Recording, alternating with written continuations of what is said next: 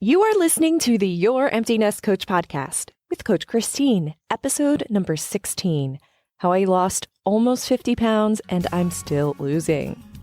This podcast is for you, a mother who years ago walked away from a career to raise your child. Sure, you've been busy volunteering, carpools, maybe part-time work, and taking care of everyone. But your main gig? That has been your child. Now that they are in their later years of high school, the empty nest looms ahead for you and it is freaking you out. I've been there and I get it. Together, we'll turn our freaking out energy into freaking awesome energy. Hello, my empty nest friend. Ooh, I'm in the booth earlier today than normal. Hubby is prepping for his workday and I usually don't get in my booth, which yes, is my comforter over my head and the laptop. It's so much fun. And I want to see if I get too much background noise this way or if I can record this early. I have a quick thought I want to run by you.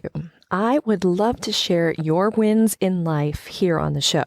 For example, when your child says, I want to move out of state, and you manage to catch your thoughts and respond with love rather than just freaking out. Things like that. So what do you think of that idea? Also, it needs a fun name. Maybe Flock Wins? Now, for today's topic, I will be honest, I wasn't planning on doing this episode, but I've had so many friends ask me how I've lost my weight that I thought it would be worth sharing with all of you. At the start of June 2018, I weighed 218 pounds. Currently, I weigh 171 pounds, so I'm down 47 pounds. I have a little over 20 pounds to go to reach my goal weight. I lost 18 pounds of it really quick, like insanely quick. I've been plateaued for a bit, but I made it through the holidays with no weight gain, and I can't remember the last time that happened. I spent this past weekend, I'm recording in mid-February, buying new clothes because I had to, and the shock of fitting into mediums was completely overwhelming to me. I'll share pictures in my show notes. Friends were so kind when I posted on Instagram. It is odd, though. Most days I don't really see how much thinner I am. It isn't until I see a picture or capture my reflection somewhere unexpected, or just feel my arm and realize it's thinner than it used to be. Then there is the fact that I'm fitting into jeans that I haven't fit into for years. Super interesting. So how have I lost the weight?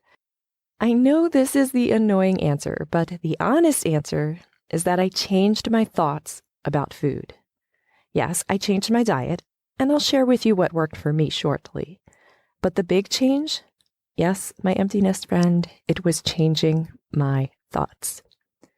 I decided that I would use food only for fuel. I guess I'm saying that like I came up with it. I didn't. This is all, for me, it was all from my favorite life coach, Master Life Coach Brooke Castillo. I gave myself a birthday present. I joined her self-coaching scholars. I'd been wanting to join it for years. It has been way out of our budget, so I used my birthday money to allow me to join, figuring I'd do a couple months and see if it's all that I expected it to be. It was everything I expected it to be. It was phenomenal. I even stayed a couple more months than I had planned. It was that good. I can't wait to join again and stay in it this time around. Anyway, Brooke recommends that you pick one thing to focus on to start. I had so many things, but I chose my weight initially. When I began trying thoughts to only use food as fuel, it was odd to say the least. I mean, you stop using food for social reasons, for taste, for emotional eating, only for fuel. Also, she recommends that you plan everything that you eat. If you didn't plan for it ahead of time, you don't eat it. Those urges are tough at first, but let me tell you, now being 7 or 8 months in, I have never felt better. Here's a personal story. I decided to eat some cake and soft pretzels 4 weeks in on this new eating plan. It was my daughter's birthday after all. I planned for it and boy, I was ready to indulge. In the end, neither one of the items tasted as amazing as I could remember them tasting. And the next day I was so sick, like hung over sick. I have not been that sick in a long time. And it was all from the food that I ate. It was shocking to me to see that with only 4 weeks away from flour and sugar, that my body had that reaction.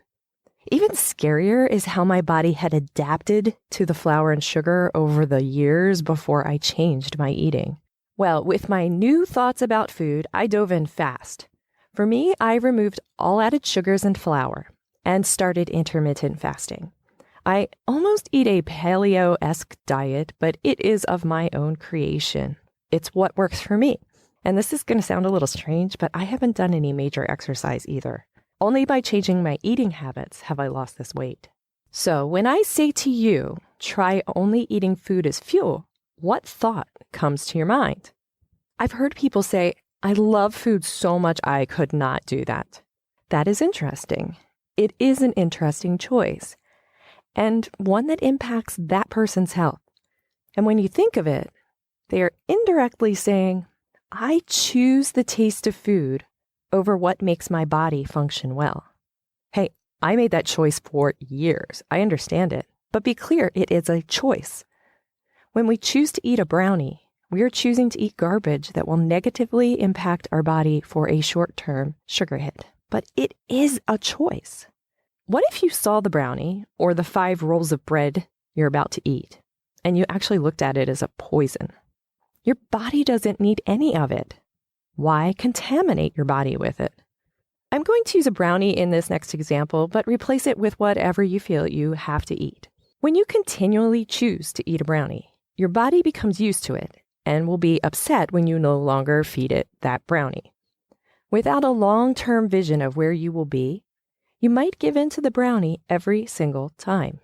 But if you clearly envision yourself healthier in 2, 5, 10 years, that brownie today becomes an insignificant piece of garbage on the journey to getting to where you want to be. You start saying no to enough brownies and you'll create a new habit for yourself.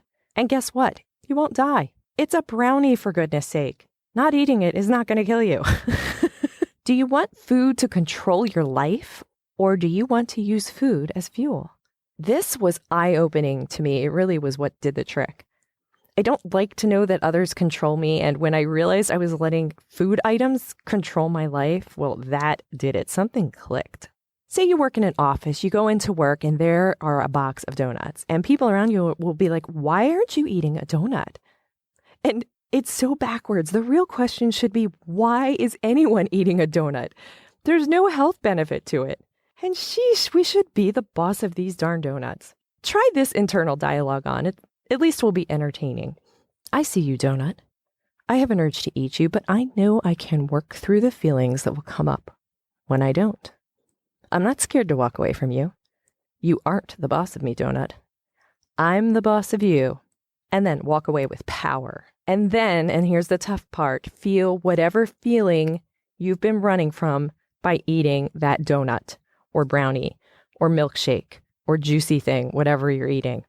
And that is then where we need to do all of the work that you'll find in my Empty Nest Prep series. That starts with episode 3.